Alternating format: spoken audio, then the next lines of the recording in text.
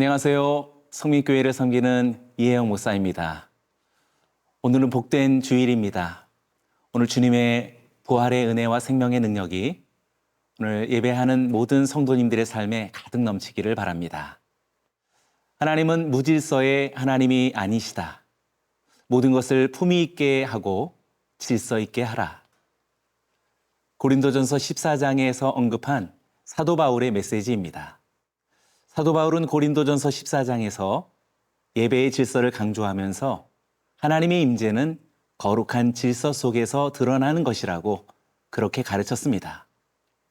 오늘 본문 민수기 4장에서 등장하는 성막 봉사의 규례 역시 마찬가지입니다.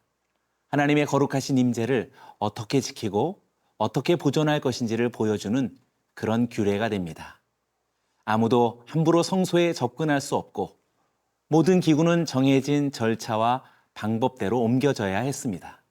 이처럼 우리의 삶이 하나님이 친히 정하신 거룩의 질서 속으로 나아갈 수 있기를 바랍니다. 오늘의 말씀은 민수기 4장 1절에서 20절의 말씀입니다.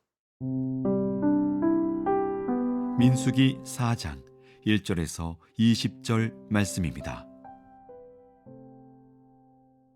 또 여호와께서 모세와 아론에게 말씀하여 이르시되 레위 자손 중에서 고핫 자손을 그들의 종족과 조상의 가문에 따라 집계할지니 곧 30세 이상으로 50세까지 회막의 일을 하기 위하여 그 역사에 참가할 만한 모든 자를 계수하라. 고핫 자손이 회막 안에 지성물에 대하여 할 일은 이러하니라. 진영이 전진할 때에 아론과 그의 아들들이 들어가서 칸 막는 휘장을 걷어 증거궤를 덮고 그 위를 해달의 가죽으로 덮고 그 위에 순청색 보자기를 덮은 후에 그 채를 꿰고 진설병의 상에 청색 보자기를 펴고 대접들과 숟가락들과 주발들과 붓는 잔들을 그 위에 두고 또 항상 진설하는 떡을 그 위에 두고 홍색 보자기를 그 위에 펴고 그것을 해달의 가죽 덮개로 덮은 후에 그 채를 꿰고 청색 보자기를 취하여 등잔대와 등잔들과 불집게들과 불똥 그릇들과 그 쓰는 바 모든 기름 그릇을 덮고 등잔대와 그 모든 기구를 해달의 가죽 덮개 안에 넣어 매는 틀 위에 두고 금제단 위에 청색 보자기를 펴고 해달의 가죽 덮개로 덮고 그 채를 꿰고 성소에서 봉사하는 데 쓰는 모든 기구를 취하여 청색 보자기에 싸서 해달의 가죽 덮개로 덮어 매는 틀 위에 두고 제단의 재를 버리고 그 제단 위에 자색 보자기를 펴고 봉사하는 데 쓰는 모든 기구 곧 불 옮기는 그릇들과 고기 갈고리들과 부삽들과 대야들과 제단의 모든 기구를 두고 해달의 가죽 덮개를 그 위에 덮고 그 채를 꿰 것이며 진영을 떠날 때에 아론과 그의 아들들이 성소와 성소의 모든 기구 덮는 일을 마치거든 고핫 자손들이 와서 맬 것이니라. 그러나 성물은 만지지 말라. 그들이 죽으리라. 회막 물건 중에서 이것들은 고핫 자손이 맬 것이며 제사장 아론의 아들 엘라살이 맡을 것은 등유와 태우는 향과 항상 드리는 소제물과 관유이며 또 장막 전체와 그 중에 있는 모든 것과 성소와 그 모든 기구니라.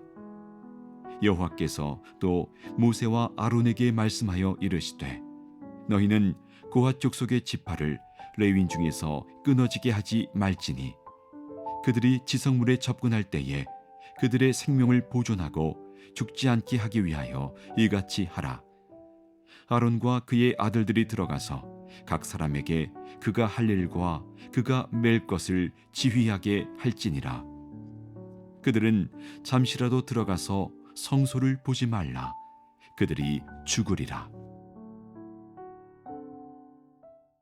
오늘 본문은 1절부터 15절까지 레위 지파 중에 고핫 자손이 성막 안의 지성물들을 운반하는 규례를 기록하고 있습니다.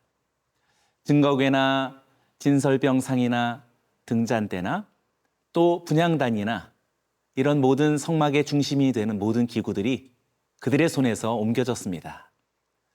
그러나 이 기구들은 맨눈으로 보아서는 안 되었고 또 사람의 손에 직접 닿아서도 안 되었습니다. 아론과 그의 아들들이 먼저 덮개로 덮고 보호한 뒤에야 고앗 자손은 그것들을 어깨에 메고 운반할 수 있었습니다. 5절을 보시죠. 진영이 전진할 때에 아론과 그의 아들들이 들어가서 칸 막는 휘장을 걷어 증거궤를 덮고, 여기서 덮다라는 이 말은 단순히 무엇을 이렇게 덮어서 감추려는 것이 아닙니다. 이 속뜻은 거룩한 영역으로 구별하다라는 그런 의미를 갖는 것입니다. 본문 1절부터 15절까지 이 덮다라는 말이 모두 6번이나 반복해서 사용되었는데요. 6절에서 그 위를 해달의 가죽으로 덮고 라고 표현되었고, 8절에서도 그것을 해달의 가죽 덮개로 덮은 후에 라고 말했으며, 또 9절에서도 모든 기름 그릇을 덮고, 또 11절에서도 해달의 가죽 덮개로 덮었다라고 이렇게 언급하고 있습니다. 이처럼 성막의 성물들은 하나님의 임재를 상징하는 것이기 때문에 사람의 눈과 손으로 함부로 다룰 수 없는 것이었습니다. 그래서 하나님은 이러한 성물들을 덮도록 한 것입니다. 하나님이 얼마나 거룩하시며 또 그 거룩 앞에서 인간이 얼마나 제한된 존재인지를 보여주는 그러한 장면이라고 말할 수 있습니다. 이렇게 성물을 덮고 감싸는 과정은 사람의 손길이 거룩함을 훼손하지 않도록 보호하시는 하나님의 배려이자 명령이라고 말할 수 있습니다. 그렇습니다.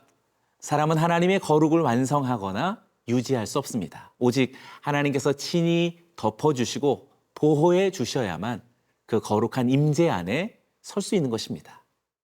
보호하시는 하나님과 인간의 두려움 사이에서 거룩함은 늘 인간의 손이 닿지 않는 곳에 있으면서도 늘 인간을 향해 열린 공간으로 남아있는 하나님의 사랑입니다.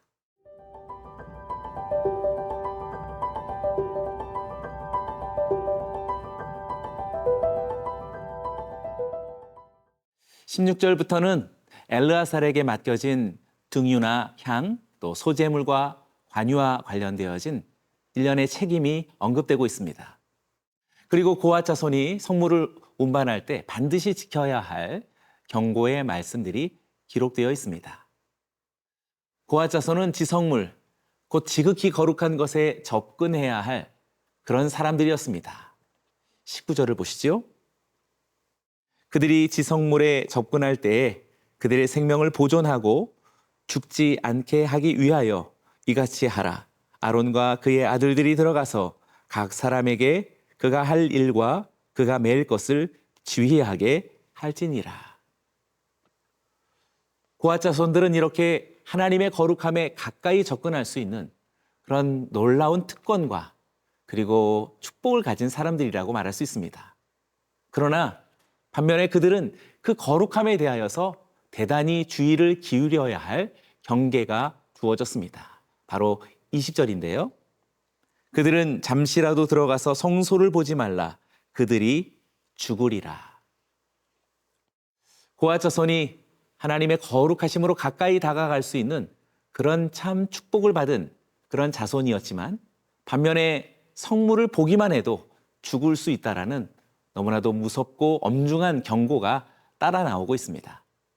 여기서 보다라고 하는 이 단어는 라라는 말인데, 단순히 보는 행위를 말하는 것이 아니라 주도적으로 들여다보고 그것을 깊이 관찰한다라는 그런 의미를 포함합니다. 그래서 이것은 인간이 하나님의 거룩함을 자기의 지식이나 능력으로 통제하려는 그러한 시도를 경계하려는 그런 표현이라고 말할 수 있습니다. 그렇습니다. 거룩함은 결코 인간이 이해하거나 장악할 수 있는 그런 영역이 아닙니다. 그래서 이 경고는 사무엘하 6장에서 하나님의 궤를 붙들다 죽은 웃사의 사건과도 연결될 수 있습니다. 거룩함을 향한 무지나 익숙함은 때로 죽음에 이르게 하는 그런 위험을 낳게 됩니다. 이처럼 거룩함은 사람의 손과 시선으로부터 함부로 다룰 수 없는 영역이기에 그 경계를 지키는 것이 곧 생명을 지키는 길이라고 말할 수 있는 것입니다. 그럼에도 불구하고 그 경계는 단절을 의미하는 것이 아니라 은혜를 위한 보호 장치라고 말할 수 있습니다.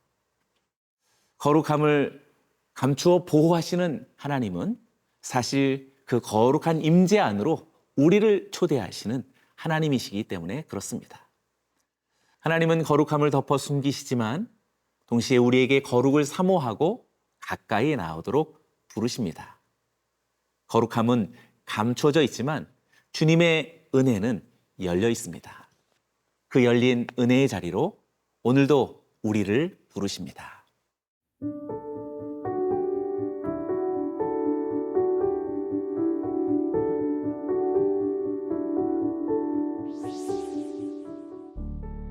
거룩하신 하나님, 하나님의 임재 앞에 설 수 없는 우리를 위해 거룩함을 덮으시고 은혜로 우리를 초대하심에 감사드립니다. 그 거룩함 앞에서 두려워하며 그러나 주의 은혜를 사모하며 나아가는 믿음을 우리에게 허락하여 주시옵소서. 보이지 않는 거룩함을 지키는 삶이 되게 하시고 오늘도 그 거룩함으로 가까이 이끄시는 은혜 속에 거하게 하여 주시옵소서. 예수님의 이름으로 기도드리옵나이다. 아멘.